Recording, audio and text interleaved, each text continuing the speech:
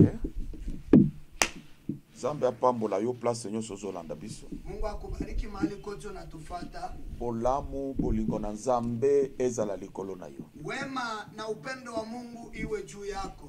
Dimanche lelo ezala dimanche na yo ya grâce. Jumapili ya leo iwe Jumapili yako ya neema, ya faveur, ya kibali, ya bolingo na Nzambe likolo ya fina yo. ya upendo wa Mungu juu ya maisha yako. Sanko umela Pasipo kuchelewa, toke kotanga verset na biso. Tunaenda kusoma andiko letu Oyo tobandaki na ngo lobi. Ambayo tulianza nayo jana. Toza na Juge. Tuko kwenye kitabu cha Waamuzi chapitre 15. Sura yake ni ya 15. Maintenant tozobanda na 15e verset. Sasa tunaanza mstari wa 15. Nous lisons au nom de Jésus-Christ. Amen. Il trouva une mâchoire d'âne fraîche. Naye akaona mfupa mbichi wa taya ya punda. Il étendit sa main pour la prendre et il en tua 1000 hommes. Akautua akapiga watu 1000 kwa mfupa huo. Et Samson dit, Samsoni akasema, avec une mâchoire d'âne, un monceau, 2 monceaux, kwa taya ya punda chungu juu ya chungu. avec une mâchoire d'âne, j'ai tué 1000 hommes. Kwa taya ya punda nimepiga watu 1000. Quand il eut achevé de parler, ikawa alipokuwa amekwisha kunena, il jeta de sa main la mâchoire. Akautupa ule mfupa wa taya mkononi mwake. Et l'on appela ce lieu Ramat Lehi. Na mahali pale pakaitwa Ramati Lehi. Pressé par la soif, kisha akaona kiu sana. Il invoqua l'Éternel et dit, akamwita Bwana akasema, c'est toi qui as permis par la main de ton serviteur cette grande délivrance.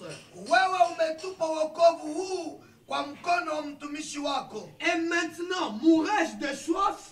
Na sasa nitakufa kwa kiu. Et tomberai-je entre les mains des incirconcis? Na kuanguka katika mikono ya watu wasiotahiriwa? Dieu fendit la cavité du rocher qui est à Lehi. Lakini Mungu akapasua mahali penye shimo palipo katika Lehi. Et il en sortit de l'eau. Pakatoka maji. Samson but. Naye alipokwisha kunywa, son esprit se ranima et il reprit vie. Roho yake ikamrudia, akaburudika. C'est de là qu'on a appelé cette source En Akore. Kwa hiyo jina la mahali pale likaitwa Eankore. Elle existe encore aujourd'hui à Lehi. Napo pakatika Lehi hata hivi leo. Nzambe apambola yo place ozolanda biso. Mungu akubariki pale unatufuata. Aweza victoire ya Samson.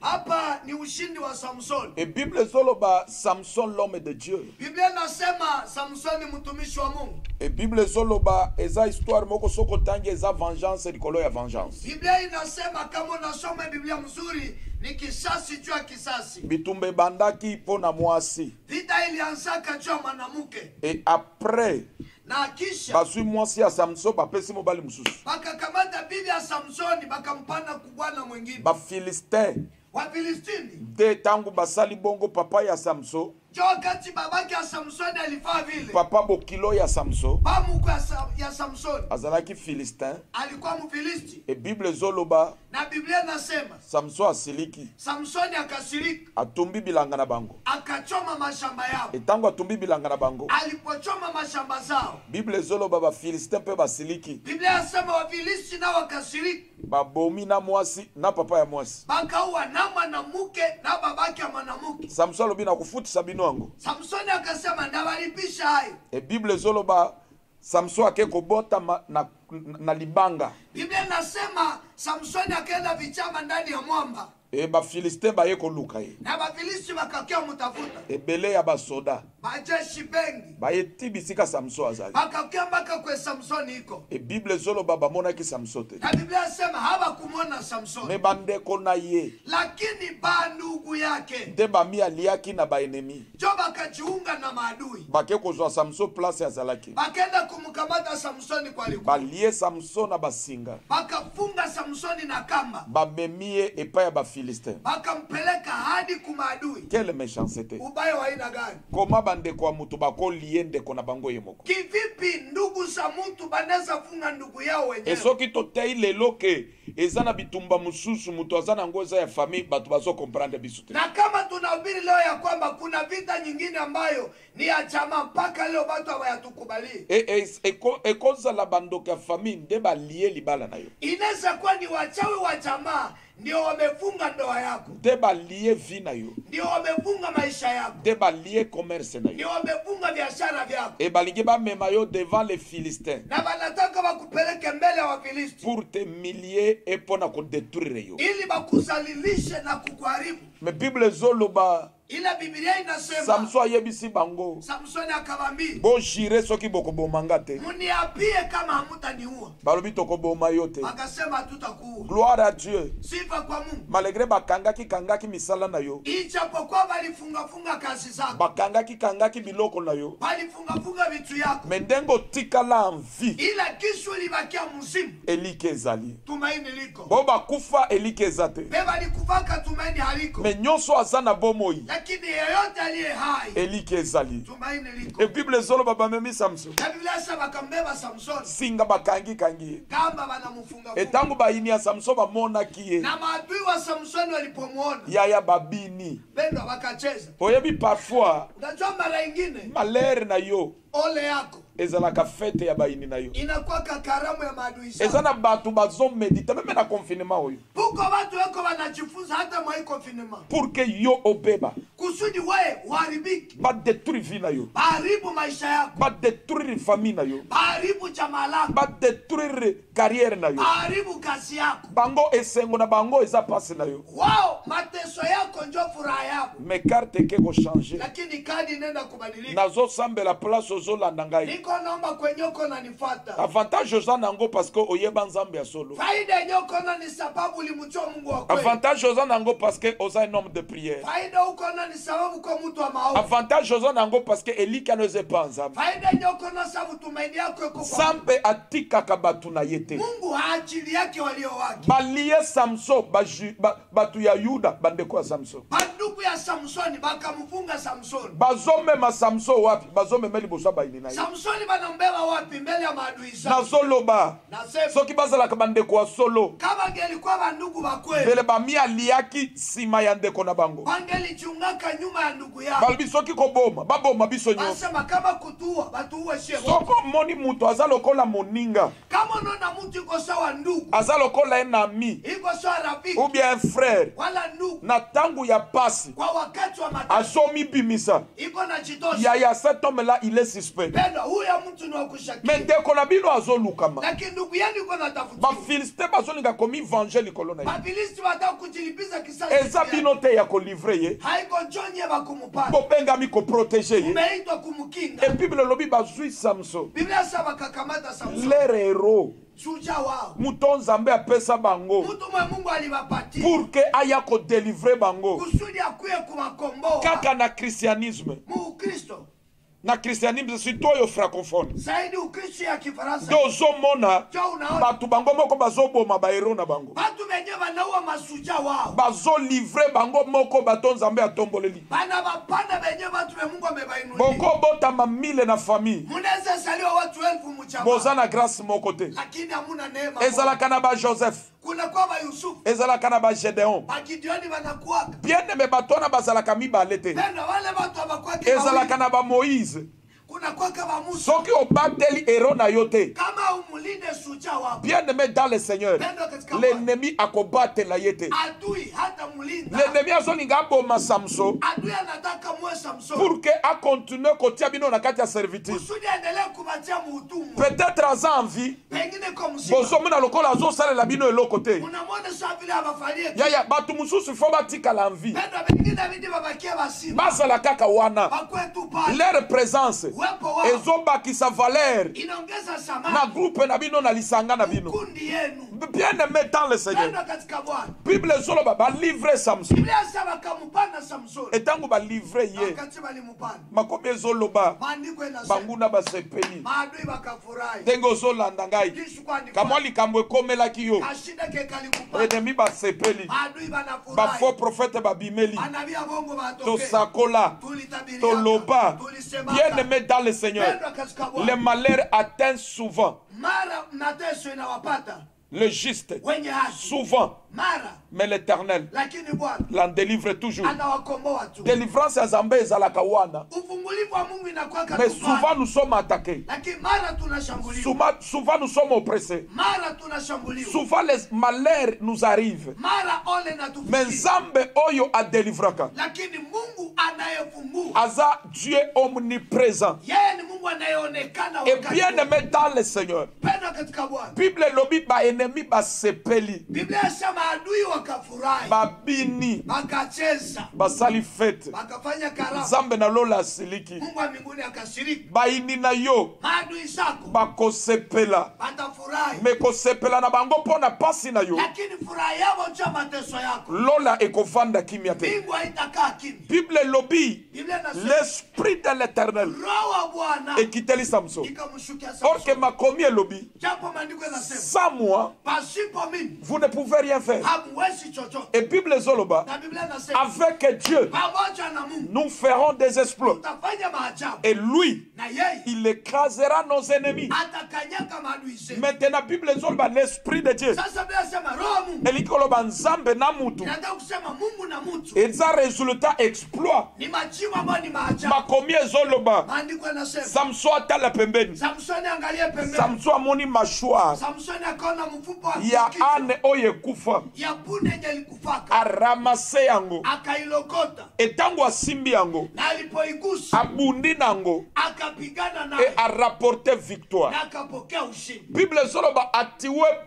tué au moins 1000 soldats. Biblia inasema akawa karibu askari 1000 Na mashware ya ane. kwa mfupa ya kichwa ya punda. E na yebisaki oboyi. Na nilikwambia hivi, Tala kaka na bitumba. angalia tu mvita, Compagnie bataillon ya benemi bazali boso. jeshi la maadui liko mbele Et puis bamona yo. na kisha wakuona Ozwi mashware ya nyama. unakamata mfupa ya kichwa Tezo kenda kobunda nango. cha unaenda pigana naye. Et Bible zomonisa biso. Na Biblia inatuonyesha Ke Nzambe alokotaka biloko ezangi ya tina. kwamba Mungu analogota vitu vya burebure Pour que affaire confondre les puissants, kusudi achanganikishe wenye nguvu, les forts wenye nguvu et les riches. na matajiri. Mashware Mfupa eza les restes. ni mabaki, Bato basi balie nyama. watu walishakula nyama Babwaki mashware. wanatupa Eza mfupa, na tina te. haina maana, Eza a jeté. ini ya kutupa Eloko ezangi tina. kekina hakina maana. Tangu un homme ouin a récupéré yango. Wakati mpakaliwa na Na ikamata maboko ya ouin. kwa mikono mpakaliwa Ebaluki instrument ya délivrance. inageuka silaha ya ufungulivu, Ebaluki instrument ya victoire. inageuka silaha ya ushindi, Ebaluki instrument ya gloire. inageuka silaha ya utukufu. Malgré ton origine. Ijapokuwa kwenye unatokea, Malgré place mokili ebwakaki yo. ijapokuwa kwenye dunia ilikutupa, Mais yo na maboko ya nzambe. lakini wewe kumikono ya Oke kobaluka instrument ya délivrance. unaenda geuka chombo cha Et ufungulivu. bien aimé tolobaki mingi place wana. Napenda tuliongea mengi pale. Lelo toza ko avancer par la grâce de Dieu. Leo kwa neema ya Mungu Et tunaendelea. Bible lobi abomi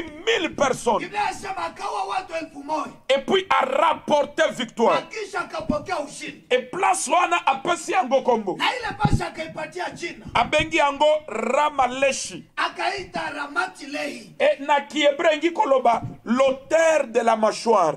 Biblia inatafuta kusema mwanzilishi wa mangamano, Et après victoire muneno ya zwaki. na kisha ushindi mkubwa ambaye alipokea. Bible lobi ba ennemi bakimi. Biblia inasema adui wakakimbia, Parce que bakufaki. maana walikufa. Zambe na lola alongisi Samson. Mungu wa mbinguni akampa Samsoni Et ushindi, Nzambo ya longisa Samson. na Mungu alimpa Samsoni ushindi Na temps difficile mokili ezolekela. kwa wakati mgumu dunia Tika inapitia. Nzambe wana alongisa pe yo place ozolanda Achilia ngai. ule Mungu naye akupe ushindi kwa uko na Nazana kondima. nina imani Que na na bitumba oza nango ya kwamba kwa vita peut-être okoloba pasteur peyote sa mchungaji naza na eloko te ya kofaire face sina kitu kya kupigana nacho, ta foi ekoki imani yako inatosha pour que on rapporte victoire kusudi upokee ushindi. eloko oza nango Yenye uko nacho yango moko ekoki yenye inatosha avec Dieu pamoja na Mungu, eloko wana ekosala exploit kila kitu kitafanya et miujiza. nazodeklare Na mimi na natangaza année oyo kwa mwaka huu na temps difficile oyo wakati mgumu nzambe na lola akotika yo te Mungu wa mbinguni hata kuacha, malgré bitumba ijapokuwa balongi baza mibale te washindi si wawili, molongi aza kaka yo ushindi ni wewe tu. soki olobi amen Kama unasema tika amini, nzambe na ngai achilia Mungu wako, autilize le reste atumikishe oyo mabaki etikali na maboko na yo kinabakia kwa pour mikono que erapporte victoire liboso ya baini na yo kusudi kupe ushindi mbele ya maadui zako. bible ezoloba Biblia inasema samson a rapporté victoire Samsoni akapokea ushindi après korapporte victoire kisha kushinda. makomi ezoyebisa ngai Andiko inaniambia samson l'homme de dieu Samsoni mtu wa Mungu akei kopema akaenda kupumzika. maintenant samson Sasa Samsoni ake na libanga akaenda kulichiwa place oyo akendaki kwenye alienda. samson ayoki posa ya mai Samsoni akasikia kiu ya maji. samson alembi Samsoni akachoka après la victoire kisha ushindi. samson abandi kosambela Samsoni akaanza omba la puissance de la prière uwezo wa maombi. la réponse de Dieu est dans la prière Jibu la Mungu ni katika maombi. la prière yaya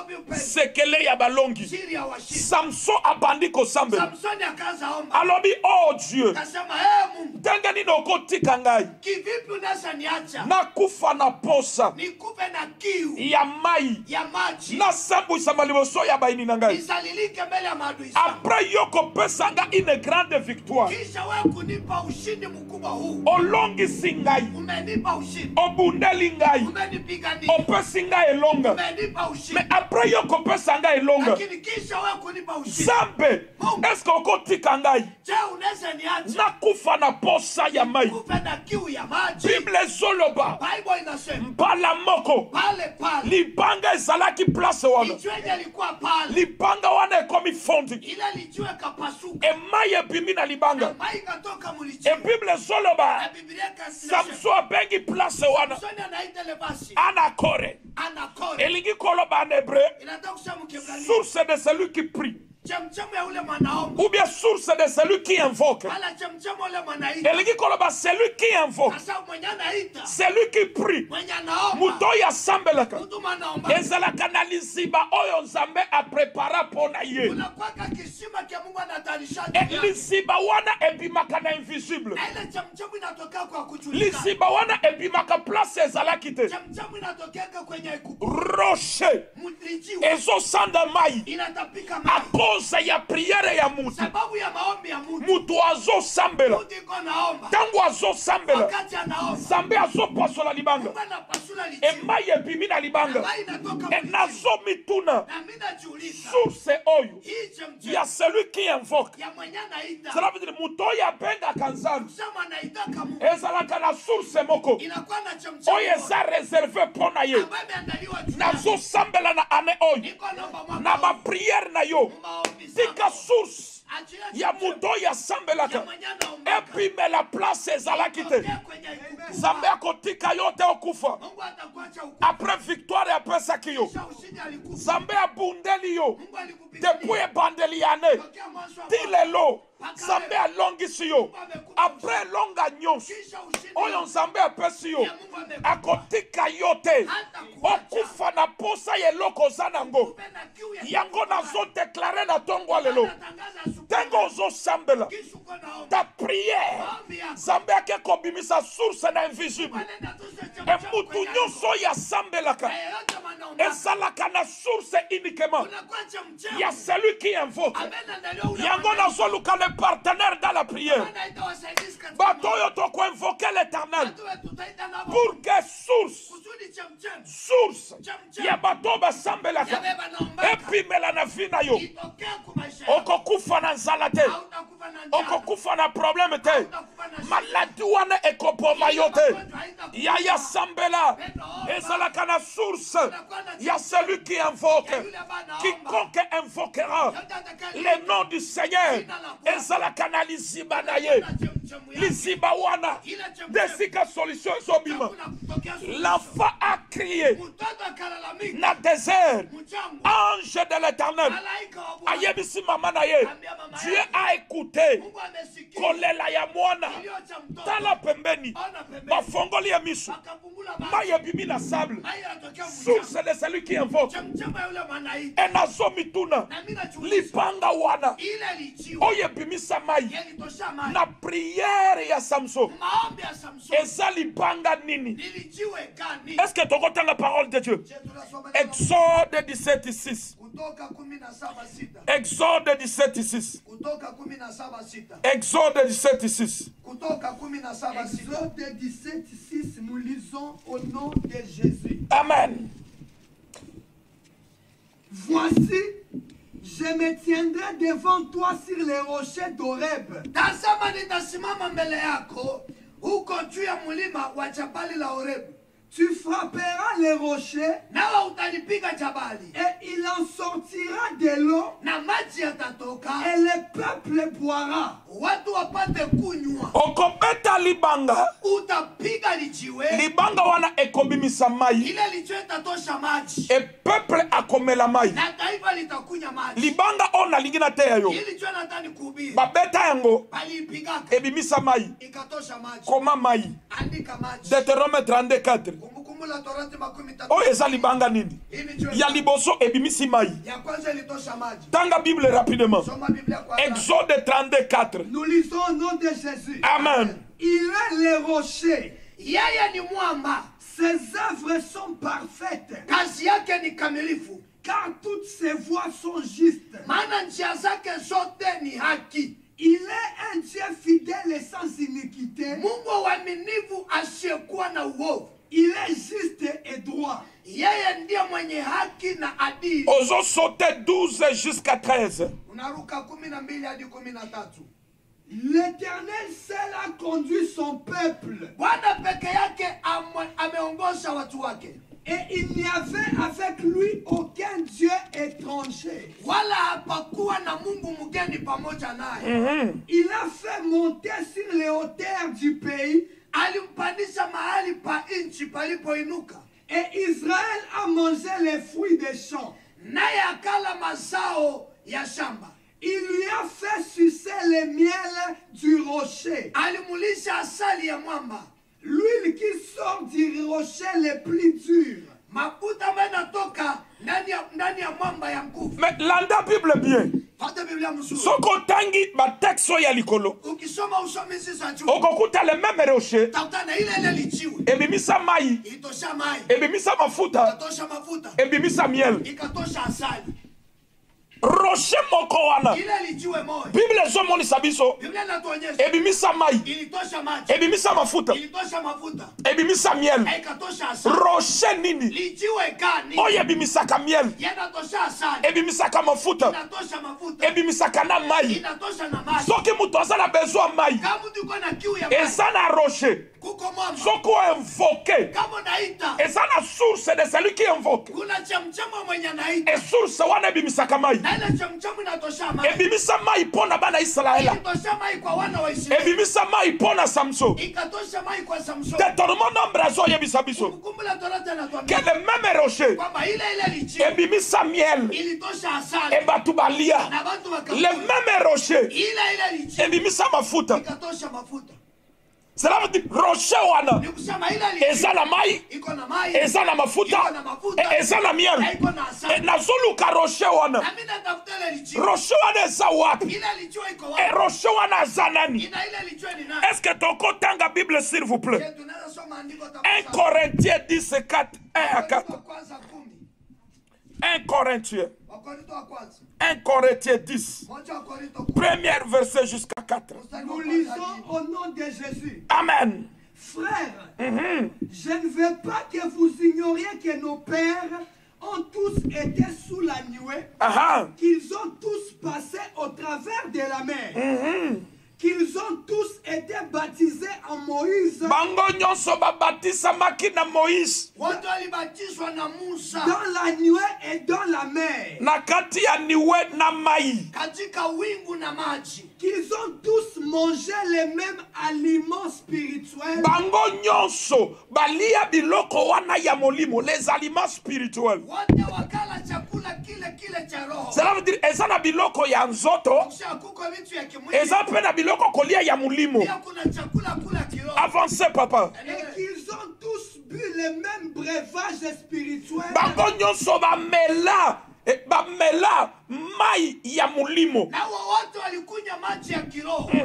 car ils buvaient à un rocher spirituel qui Bamela na libanga ya molimo. Walikunywa katika jiwe la kiroho. Rocher na zote ya yo. Lichwa bana Eza rocher spirituel. lichwa ya kiroho. Bamela bivave spirituel. Walikunywa maji ya kiroho. Oye bima na rocher spirituel. Iliyotoka ndani ya jiwe E ya rocher kiroho. spirituel wana. Na hilo jiwe la kiroho. Yaya ebimisaka mai. Ndio inatosha mai. Na mutoyo a invoke. Kwa mtu ambaye E anaita. rocher wana eza rocher nini. Ile lichwa ni lichwa kasi. Zambe na bomoi. et ce rocher était Christ. Et ce rocher était Christ. Na hilo jiwe alikuwa ni Kristo. Zambe na lola pambola yo place ozola na ngai. Kubariki kwa kweli. Rocher oye bimisa mai. Lichwa yalitosha mai. Oye bimisa miel. Yalitosha asali. Oye bimisa mafuta. Yalitosha Ezalaki rocher physique te. Kwa lichwa ya kimwili. Mais ezalaki rocher spirituel. Kwa lichwa ya kiroho. Et Bible solo ba rocher wana. Bible inasema ile Ezalaki Christ. ilikuwa ni Kristo. Ezaya soloba. Na Isaya anasema Rocher wana. ile lijiwe. Aza éternel et désarmé. Yeye ni Bwana wa majeshi. Eliki koloba rocher wana kota Na kabitumba. kusema ile lichwa ni ngaka mvita. Eza libango ye bundaka. Nilichenda piganaka. Mon Dieu, mon roi. Yeah. Esaïe 26 chapitre 4. Isaya 16. Okomona Esaïe azoloba rocher wana. Kwani sana sema ile lijiwe. Rocher wana abundaka. Ile lichwa na piganaka. Yango soko tali na vie ya David. Kama ukiona kumaisha Daudi. Devant Goliath. Ele Goliath. Akwesa Goliath na nzetete. Hakuangusha Goliath na muti. Akwesa Goliath na malopote. Hakuangusha Goliath na Me libango ye kota kabitumba. Lakini lichwa nenda kuvita. Libango ye sanza mai. Lichwa litapikaka mai. Esanza mafuta. Ikatapika mafuta. Esanza miel. Ikatavuna asali. Libanga wana Esaïe azoloba. Ile lichwa Isaya anasema. Et ça l'éternel est désarmé. Bwana wa Est-ce majeshi. qu'on compte la parole de Dieu? Unasoma neno la Mungu. Confiez-vous en l'Éternel à perpétuité, Ah,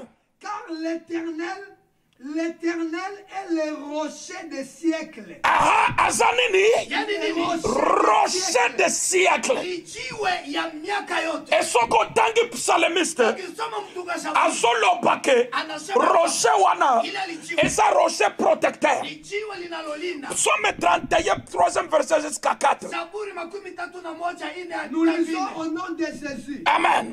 Incline vers moi ton oreille, Nitegea sikio lako. hâte-toi de me secourir. Fanya haraka kuniokoa. Sois pour moi un rocher protecteur. Uwe kwangu mwamba wa ukingo. Zambena lola apambola yo. Mbinguni akubariki. Sois pour moi un rocher, un protecteur. Mwamba wa ukingo. Rocher sans mafuta. Lichwenye alitosha mafuta. Rocher sans miel. Lichwenye alitosha asali. Rocher sans mai. Lichwenye alitosha maji. Quel mystère!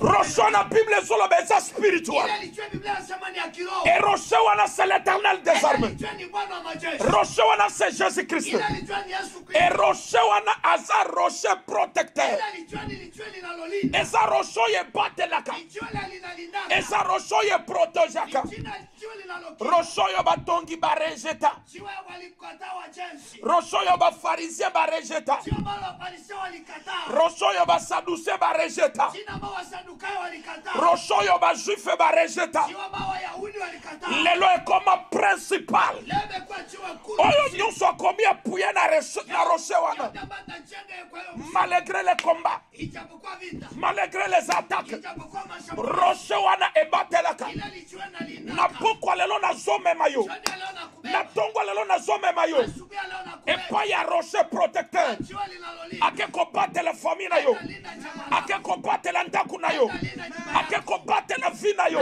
linda maisha quel yako. que soit les combats Haijalishi quelles vita, que soient les attaques haijalishi quelle que mashambulizi, soit pandémie haijalishi rocher jua protecteur linalolinda. ake kobatela yo au nom de Jésus Kulinda kwa jina la soko Yesu. pesinga amen Ukilipa place ozola na ngai quel est rocher protecteur jua linalolinda. oyo aza Jésus Christ ressuscité abatela ndaku na yo abatela vie na yo abatela musala na yo abatela Congo abatela Nord Kivu abatela Afrique abatela monde entier abatela Europe abatela France abatela Belgique États-Unis abatela Asie soki omwe apuye bana ye Mwana mutegemea. aza rocher protecteur Ni mwamba anayelinda. yango David Ndio maana Daudi azoyebisa biso anatuambia aza rocher protecteur ni mwamba unaolinda. Samson Samson après la victoire kisha ushindi ayoki posa mai akasikia kiu ya Samson abandi kosambela Samsoni akaanza omba. il a prié bien aimé Akaomba mpe. et prière ya Samson Na maombi ya Samson esalaki lipanga wana iliachila lijiwe esanzeli ye mai inamtapikia maji. nini langi na te yo na pokwa Ninataka kuhubiri siku ya leo. na moya lelo Jana wa leo. place nyonso ozola na ngai Basi wote kwa nifuata. bien aimé dans le Seigneur Pendo katika Bwana. après la victoire Kisha ushindi oyo nzambe akopesa yo ambayo Mungu atakupa. place yo okoki kokimela Basi kwa oneza kimbilia eza epa na Yesu ni kwa Yesu. après la victoire Kisha ushindi. après la victoire Kisha ushindi. oza na bakomba Una vita. nayebi nzambe ake kobundela yo Watu wa Mungu enda kupigania. après victoire Kisha ushindi. ya celibat Ya ushindi. ya pauvreté Ya umaskini. ya sorcellerie Ya uchawi. na victoire nyonso Kwa ushindi yote. oyo nzambe akopesaka yo Ambayo Mungu atakupa. refuge Kimbilio. ou bien place ya kokimela Wala basi ya eza kukimbilia. epai ya Ni Jésus kwa Yesu. bato ebele Batu babi. après la victoire Kisha ushindi. babosani nzambe Anasabu Mungu. babosani priere Anasabu maombi. babosani baprincipe Anasabu kanuni. oyo esali bango bazala ndenge bazali Ameenda mafanya makwengi shule. après la prière Kisha maombi. après la victoire Kisha ushindi. refuge na yo Kimbilio la ezala nzambe ikue Mungu. place okokimela Kwenda kimbilio.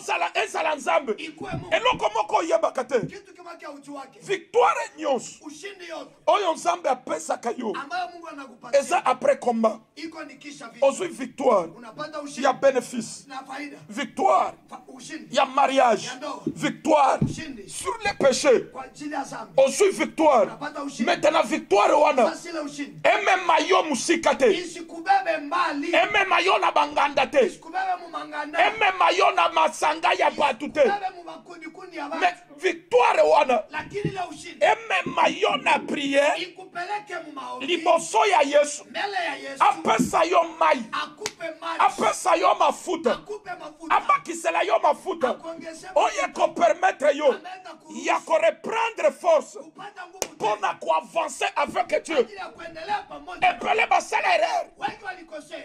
après la victoire Kisha ushindi. bakota na distraction Akazubaa. après la victoire Kisha ushindi. bakota na distraction Akaingia mkuzuba. bakoma épuisé Bakaishiwa nguvu. etango bakoma épuisé Alipoishiwa nguvu. l'ennemi aya kosimba bango lisusu Akakaka bagusa. ya vie ya rechite epele Ndio maisha ya kurudia nyuma. eza conséquence Ni matokeo ya badimi epele ya Wakristo wengi. après la victoire Kisha ushindi. bakoti na distraction Anazubaa. omoni muto azalaki un homme de prière Unaona mtu alikuwa mtu wa maombi. muto oyo azorespecte baprincipe ya nzambe Mtu anaheshimia kanuni za Mungu. me nzambe atomboli ye Lakini Mungu anamuinua. apesi victoire ya mariage Anapa ushindi ya ndoa. etango abali Na wakati anaomba. eloko ya liboso kobosana Cha kwanza kusahau. c'est la prière Ni maombi. mais tala Samson Lakini unasahau. après la victoire Kisha ushindi. il a prié Akaomba. etango asambeli Alipoomba. libanga efongwami Lijue kafunguka. mai ebimi Mai katoka. ameli mai wana Akakunya mai na wana c'est Jésus ile mai ni Yesu. epesi ye makasi Ikamupa nguvu ya kokontinue na mission kuendelea na kazi. bien aimé dans le Pendo Seigneur katika Bwana. nazongeli awa na insiste Endelea hapa na kazi.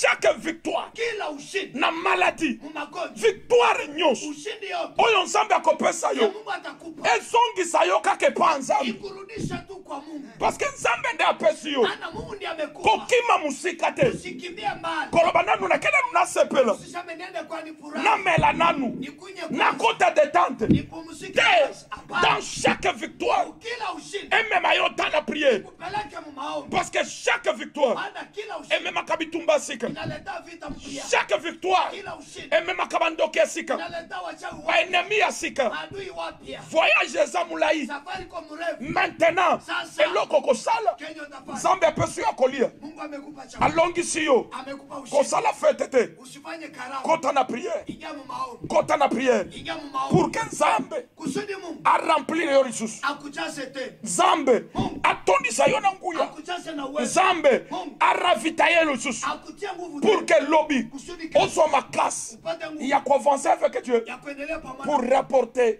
Ili ma upokee victoire ushindi. na bitumba Kwa vita oyo ennemi ako préparé ambavyo adui ataanza dans les jours à venir. kwa siku zijazo. Bible lobi Samson, Biblia inasema Samson après la victoire, kisha ushindi il a invoqué, akaita il a prié. akaomba. Et Nzambe yokaki prière ya Samson. Sikia maombi ya Samson. C'est possible. Inawezekana. Tokena de victoire en victoire. Wenda ushindi hadi ushindi. Succès likolo ya succès msusu. Sifa juu ya sifa nyingine. Guérison likolo ya guérison msusu. Uponyaji juu ya uponyaji ingine. En sale condition. Kwa shuti moja. Chaque victoire Kila ushindi est même abisso devant Christ. itupeleke mbele ya Kristo. Chaque victoire Kila ushindi est même abisso na prière. itupeleke maombi. Na kota ki prière. Iliingia maombi. Nzambe exauce ngai. Mungu amenijibu. Na koti lisusu. Aingia tena. Nzambe aravita ngai. Mungu amenitia. Apakolanga mafuta. Anipagale mafuta. Apesanga miel. Anipe Amelisanga mai. Anikunyishe. Nazwa makasi. Nipate nguvu. Ya korapporte victoire lobi. Ya kupokea ushindi kesho. Ya kobatela victoire oyo apesi Ya ngai. kulinda ushindi ambao amenipa. Okoki korapporte victoire. Unaweza pokea ushindi. Mais mpona kokonsolide yango, Lakini kwa kuichunga. mpona koprotege Kwa yango, kuichunga. oza na besoin ya lisungi na Nzambe. Una haja msaada wa Mungu. Mais erreur eza nini? Na kikosa ni gani? Ebele ya basambeli Waombaji wengi. azalaki na situation difficile. Alikuwa kwa hali iliyokuwa. Il faut visiter. Mara unamtembelea. Akoti na distraction. Anasubiri. Visiter. Akoti na distraction. Anaingia msubiri. Moko azosanga papa. Wewe kuambia baba. Nzambe na yo akanisi ngai. Mungu wako amenikumbuka. Nazalaki par terre. Nilikuwa chini. Depuis confinement ebandi. Tukia kwa vini mai yanza. Papa toza kolalela mai. Baba tulikuwa tunalalia mai. Mais lelo nayebi te. Lakini leo sijue. Nzambe na yo atomboli nga Mungu papa. wako ameniinua baba. Nasombi lopango. Nimeuza kiwanja. Ah papa Nzambe azwa lokumu. Baba Mungu E na bandi misala ya mike mike. Mimi naanza kazi sidogo. Na ye pa na yo papa. Nakuja kwako baba. Na action de grâce kaka. Na tendo la shukrani. Parce que nazalaki na banyongo epele. Nilikuwa na madeni Na sabini. futi na banyongo. Nilipalipa kwa madeni. Na kofuta kata 10 mais après. Moja 10 nilipa hata nyumba. Yo zandoki. Wewe uko mchawi. Ça c'est la sorcellerie. Hiyo ni uchawi. Maintenant, il y a la victoire. Ana ushindi. Nzambe akomi ya suka. Mungu amekuwa wa nyumba. Aussi ça na dépense. Umalize kwanza Nzambe ako comprendre yo. Mungu atakuelewa. Te bongo te. Dans chaque victoire. Kila ushindi. Et même mayo et pas Yesu. Ikupeleke kwa Et Yesu. même mayo na prière. Ikupeleke Et même mayo na présence ya Nzambe. Ozana besoin ya kozala ravitaye. Naacha kuongezewa Pour que on protège oyo Nzambe apesi yo. ili ulinde ke Mungu amekupa. Et pour que on avance dans la victoire. Akusudi uendelee katika ushindi. Kozala bandimi oyo te. Usikue bakristo ambao Dans chaque victoire, kila ushindi. ou lié avancer, Hali aendelee. à reculer. Anarudia. Ayoko reculer te. Na wewe usirudie nyuma. Nzambe apambola yo. Mungu akubariki. Nake kosambela. Enda kuombea. Nzambe atombola yo. Mungu akuinue. Place nyonso ozolanda ngai. Basi yote kwa nifuate. Nayebi Nzambe ake kobundela yo. Najua Mungu anaenda kupigania. Nzambe ake kopesa yo Mungu victoire. anaenda kupa ushindi. Nzambe ake kolongisa yo. Mungu anaenda kukushinda. N'importe quel problème. Haijalishi shida gani. Ezalaka na source de celui qui invoque. Inakuwa kana chemchema mwenye anaita. Mutu nyonso asambelaka. Yeyote mwanaombaka. Ezalaka na source. Unakuwa kana O chemchema Nzambe abimiselaka ye. yenye Mungu anamtoshea. Meme makambo nyonso eza di. Hata vitu vyote ni vigumu. Nyonso eza rouge. Vyote ni vyekundu. Nyonso eza bloqué. Vyote vimefungwa. Mais la prière Lakini maombi edeblokaka mpona bato oyo bazosambela. inapunguaka kwa wale ambao wanaomba. Nalingi nasalela yo prière ya déblocage. Nataka nikufanyie maombi ya kufungua. Nalingi nasalela yo prière ya déblocage. Nataka nifanyie maombi ya kufungua. E nazosambela Na niko nao source ya anakore. chemchemu ya Nakori. Source de celui qui invoque. Chemchemu ya mwanaita. Epimela na mwa oyo. Itokee mwezi huu. Au nom puissant de Kwa Jésus. uwezo wa jina la Nake Yesu. kosambela mon frère ma sœur. Hallelujah. Quelle que soit ta situation. Jésus. Dengo décidé kosambela. Hallelujah. Pour invoquer le Dieu créateur. Yahweh. Tika nzambe na lola. Hallelujah. Akota na bitumba na yo. Amen. Akota na bakomba na yo. Amen. Na kombo na Yesu Kristo. Hallelujah. Même aux que la situation difficile. Jésus. Osana bitumba ya maladie. Jésus. Makambu nyonso ekauki. Jésus. Nazo sambela. Hallelujah. Source ke kopimela. Amen. Place ezalaki te au nom de Jésus. Amen. Même si osana désert. Jésus. Ezana maye ke kopimela na sable. Hallelujah. Batu bakokamwa. Jésus. Na moment difficile oyo. Hallelujah. Mais Nzambe akotika yote. Amen. Nzambe ake kobatela yo. Amen. Nzambe ake kobundela yo. Amen. Semaine tozopanda. Hallelujah. Eza semaine. Hallelujah. Oyo libanga eke kopasuka. Amen. Mai eke kopimela na roche. Amen. Mai Hallelujah. eke kopimela na libanga. Amen. Mafuta Jésus. eke kopimela na libanga. Amen. Miel Hallelujah. eke kopimela na libanga. Amen. Na kombo na Yesu Kristo. Hallelujah. Merci Jésus. Asante Yesu. Na pombo libana na yo. Hallelujah. Tengo ntimi. Hallelujah. Na nenge bikamwe salimi. Amen. Tengo ntimi. Hallelujah. Opiki. Amen. Zamba ke kopatela yo. Amen. Il est le rocher protecteur. Amen. Et y en a gauche. Hallelujah. Et y en a droite. Hallelujah. Libangoy. Hallelujah. Et kopatela yo. Amen. Nabansela nyos. Jésus. Place aux otambola. Hallelujah. Libangoy. Hallelujah. Et kopatela yo. Amen. Libangango est spirituel. Hallelujah. C'est Jésus-Christ. Amen. Tika batela yo. Amen. Abundela yo. Amen. Abatela famille na yo. Amen. Apesa yo victoire. Amen. Nazo sambela. Hallelujah. Soki Nzambe apenga ngai. Hallelujah. Semaine oyo ezopanda. Jésus. Eza na libanga moko eke kopasuka. Amen. Eza na mai eke kopima. Amen. Ena Golgota. Hallelujah. Libanga wana epasuka. Jésus. Ebimisa mai. Hallelujah. Ebimisa makila. Hallelujah. Ebimisa mafuta. Jésus. Ebimisa miel. Jésus. Etika libanga wana. Hallelujah. Epasuka na moment difficile. Amen. Nzambe abatelaki yo. Amen. Akotika yo te okufa na posa. Amen. Nayebi toza na posa nini. Jésus. Me poso oza nango. Hallelujah. Solution eza libanga. Jésus. Libanga wana ebimisaka mai. Hallelujah. Emai wana soko mbeli Jésus. ekausaka posa. Hallelujah. Soko mbeli mai wana Hallelujah. posa nyonso ezosila. Amen. Posa nyonso ezosila. Amen. Yango femme azotuna ye. Yes. Alobi yo oza na libulu te. Asa wewe hauna shida. Oza na eloko akotokela mai te. Hauna cha kushotea mai. Mai nini ozoloba? Mai gani unasema? Mai wana Ile mai. c'est Jésus-Christ. Yesu Kristo. Nazosambela Niko naomba. tika Yesu wana Achilia ule Yesu. aza la réponse Awe jibu. ya bitumba Ya vita. ya barekete Ya mahitaji. ya prière na yo Ya maombi na yako. kombo na Kwa Yesu. jina la Yesu. L'enfant a crié, Ana mtoto akalalamika. mama na ye atiki ye. Mama yake akamwacha. Alobi na komona te ndenge mwana azokufa. Shida anakisi mtoto atakufa.